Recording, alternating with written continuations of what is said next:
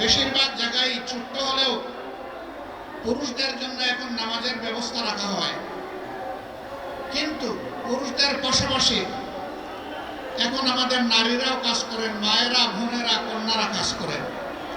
তাদের জন্য ওই ধরনের নামাজের কোনো ব্যবস্থা রাখা হয় না। তারাও তো নামাজ পড়তে চায়। যারা নামাজ পড়তে চায় তাদেরকে আমি মালিক পক্ষের কাছে বিনীত অনুরোধ করব, মেহরবানি করে তাদের ইবাদত পালনের আপনারা অংশীদার হন, এই সম্মানটুকু দেখান, তাদেরকে উপযুক্ত জায়গা তৈরি করে দেন। তারা যেন স্বাচ্ছন্দ্যে সেখানে গিয়ে ওয়াক্তের নামাজটা প্রশান্তির সাথে আদায় করতে পারে।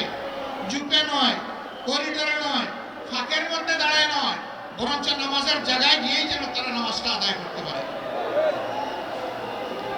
সম্মানিত শ্রমজীবী ভাইয়েরা, এখানে একটা বৈষম্য আমরা করেছি, এই জন্য মাপ চাই।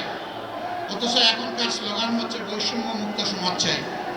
বৈষম্যটা হলো আমরা স্টেজের উপরে বসা আছি, হোক এটা ট্রাকের উপরে, অসুবিধা নাই, আমরা একটু উঁচুতে, আপনারা সমতলে। আচ্ছা, এটাও মানলাম, হয়তো একান্নকে দেখার সুবিধা এই অ্যারেঞ্জমেন্ট করা হয়েছে, কিন্তু আপনাদের মুখটা সূর্যের দিকে আর আমাদের মুখটা ছায়ার দিকে। কষ্টটা আপনাদের বেশি হচ্ছে, দীর্ঘক্ষণ ধরে আপনারা বসে আছেন। এখানে হয়তো বা আয়োজকদের এর বাইরে কিছু করার ছিল না।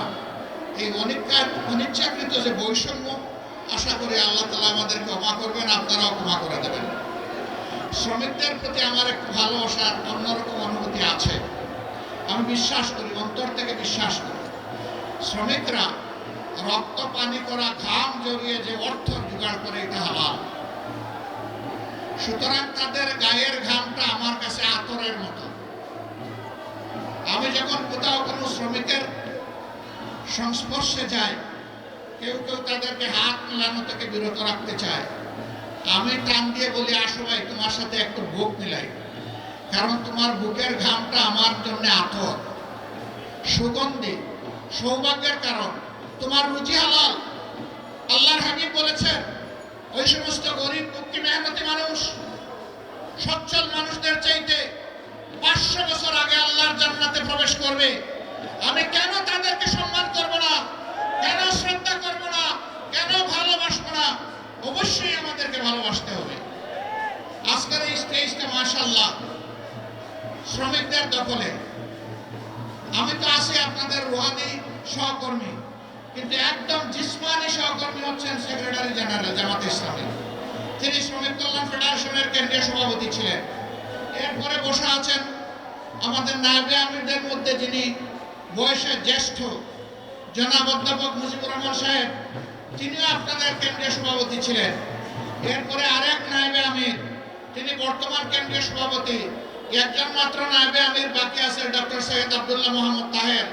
আমি ভাবতেছি তাকেও কোনদিন টান দিয়ে আপনারা কেন্দ্রীয় সভাপতি বানায় নেবেন, আর আমার পালা শেষে ইনশাআল্লাহ।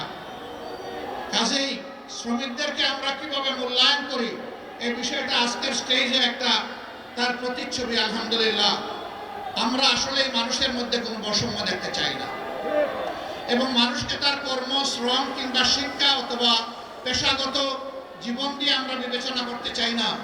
মানুষ আশরাফুল মাখলুকাত, দল ধর্মের ঊর্ধ্বে উঠে আমরা মানুষকে সম্মান জানাতে চাই, এবং এরকমই একটা বাংলাদেশ গড়তে চাই।